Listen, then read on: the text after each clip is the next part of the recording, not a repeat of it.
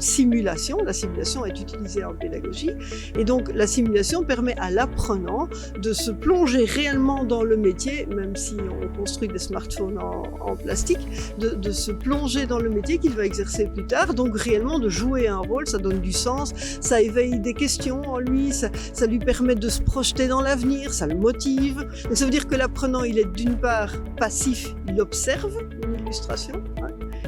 C'est une façon d'apprendre, nous apprenons par observation, mais il apprend aussi en se plongeant dedans, en se plongeant dans la simulation alors, et il joue ce rôle, ce qui lui permet effectivement d'apprendre et d'intégrer réellement ses apprentissages. La ligne est elle-même un scénario, puisqu'il se passe quelque chose, on produit quelque chose, il y a un début, il y a un circuit, il y a une fin, donc elle est elle-même un scénario, mais elle peut faire partie d'un scénario pédagogique à plus grande échelle, avec en amont peut-être une évaluation des acquis, une définition des besoins, et en aval peut-être une évaluation ou des transferts vers d'autres compétences. Oui.